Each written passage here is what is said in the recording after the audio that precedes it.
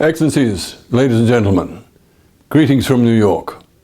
All courtesies observed.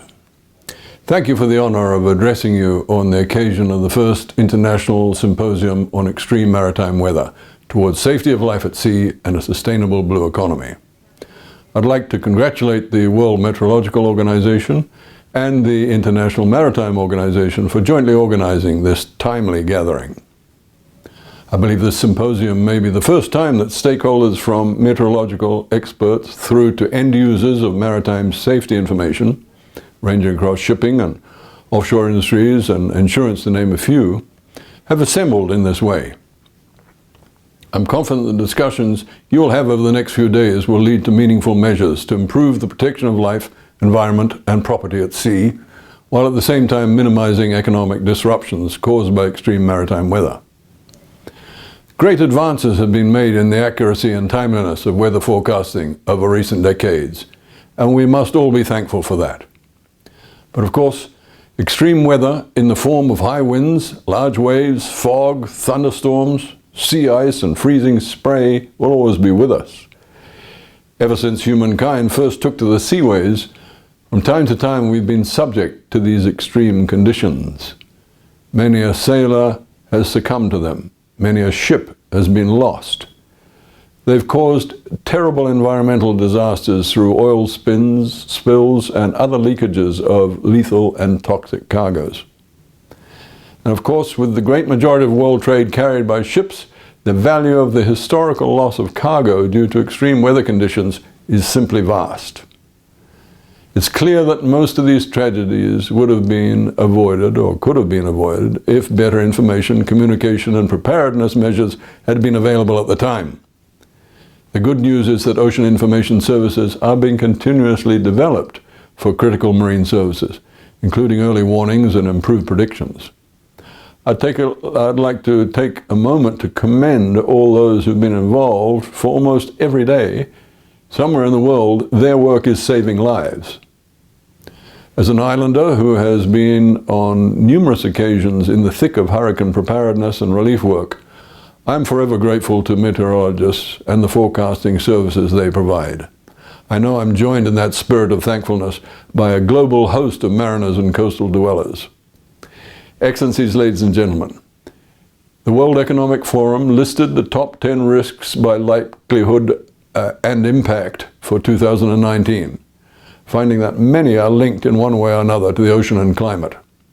Science has established that momentous changes are underway to both the planet's climate and the ocean, with extreme weather events expected to be unavoidable elements of these changes. Your symposium has much to deliberate on, which indeed is why I open my message to you today with the words, "this timely gathering."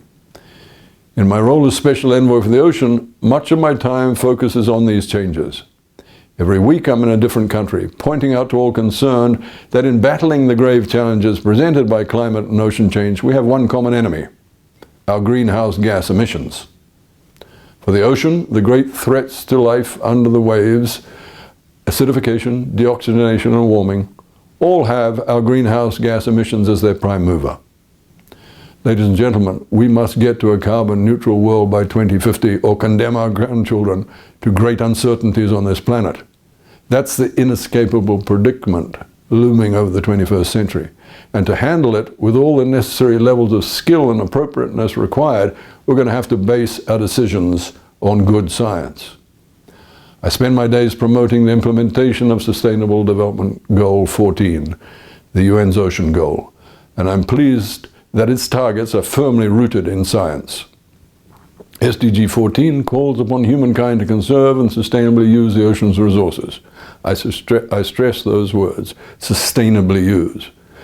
SDG 14's targets address ocean acidification through science, better management of marine and coastal ecosystems through science, maintenance of fish stocks within biologically sustainable limits through science.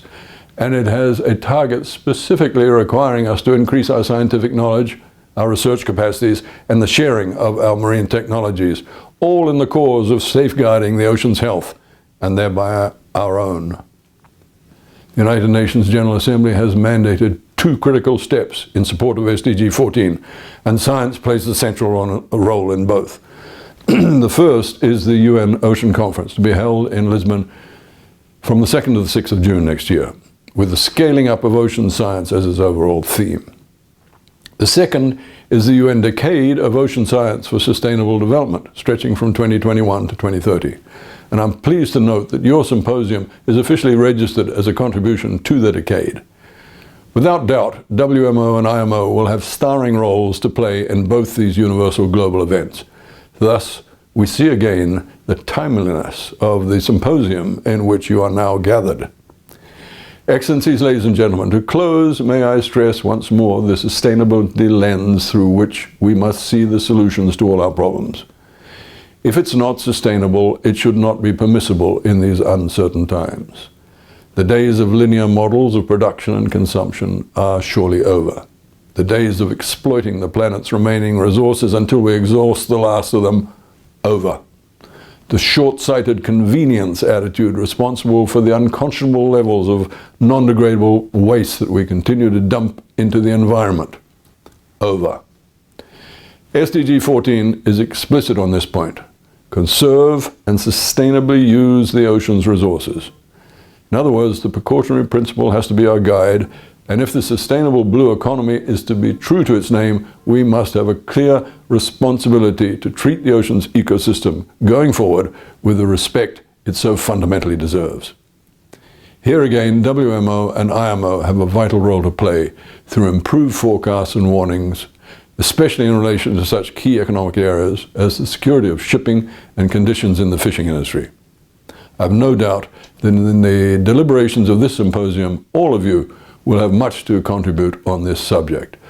I thank the WMO and IMO again for their great work, for their steadfast ocean focus, and for bringing the international maritime community together in London for this symposium. And I wish you all well.